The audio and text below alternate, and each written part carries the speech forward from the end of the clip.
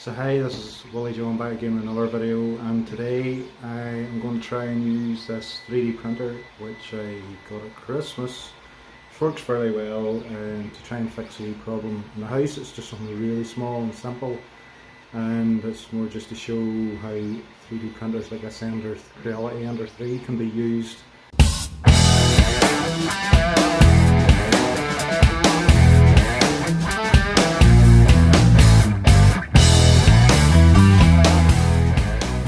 It's not going to be a 3D printing channel, but it's just another way to fix something around the house. So I hope you enjoy this video, and let me know in the comments whether you like it, don't like it, would be good or bad, or anything could change. Thank you. So here's the problem. You can see in this clothes rack, these connectors at the top. In this one here, the connector has broken and has fallen off, and here you can see the other one here. So there's a couple of these clothes dryers, the connectors broke like this, and when they're loaded up with clothes, they're not stable, they tip over and fall over. So the plan today is to see if we can duplicate one of these wee connectors at the top and get it to fit on the top here.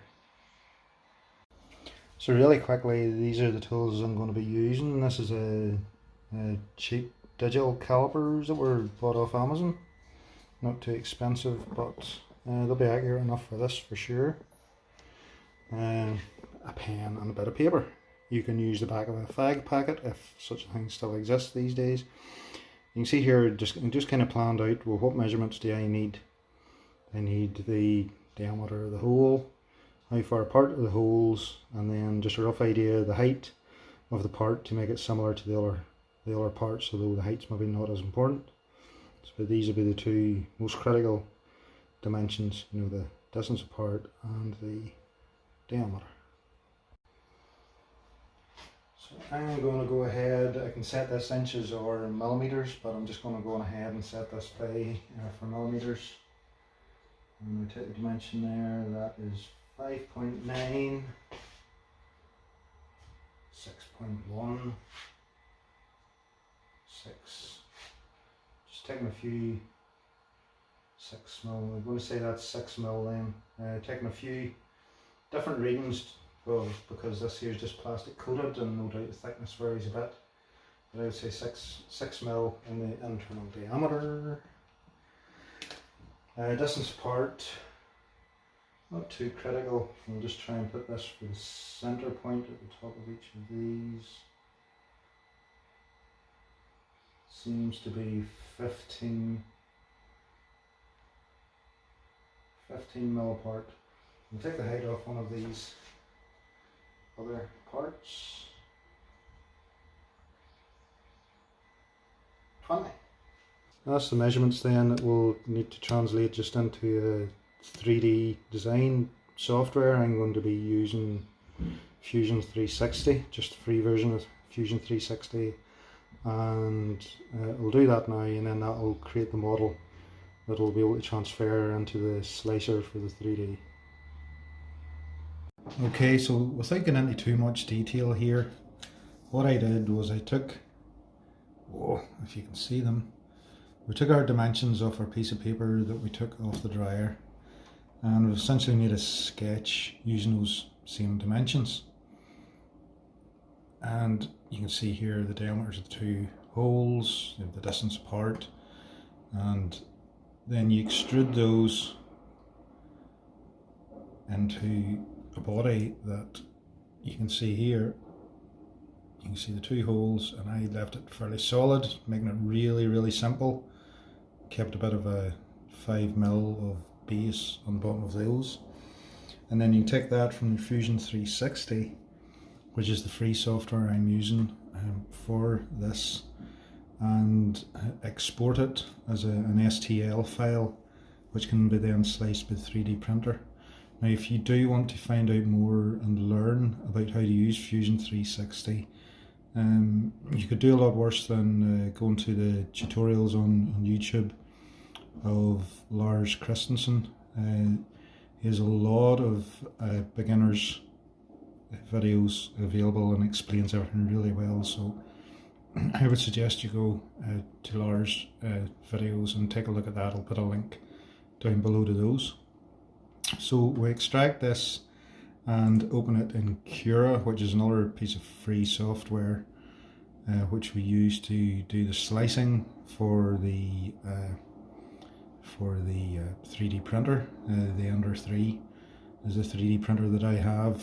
You can see here it's been selected for the printer. You have your type of material being used. I'm using just PLA because that's what I have in general. I only have black PLA at this stage. It's still early days. I haven't built up any other materials.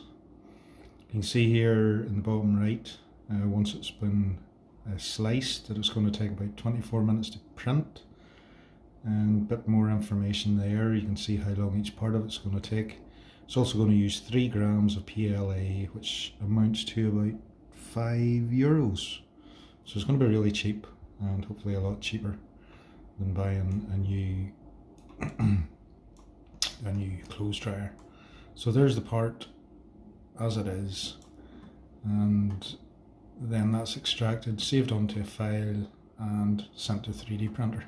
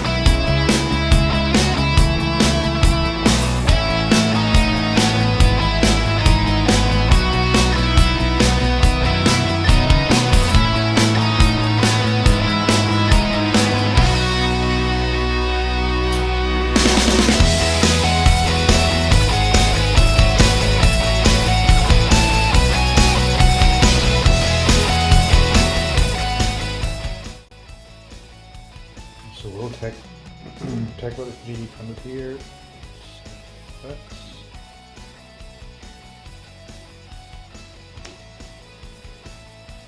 Yeah, that's fairly snug, plenty of movement. A wee bit of know-how with designing something to fix problems around the house, and that's really where its strength is for anybody that wants to be making things with one of these 3D printers. If you can design anything at all of it yourself, then this is something that you can use. So that'll stop it flopping about. Good job. So hope you enjoyed this really simple video on something practical to do with 3D printing.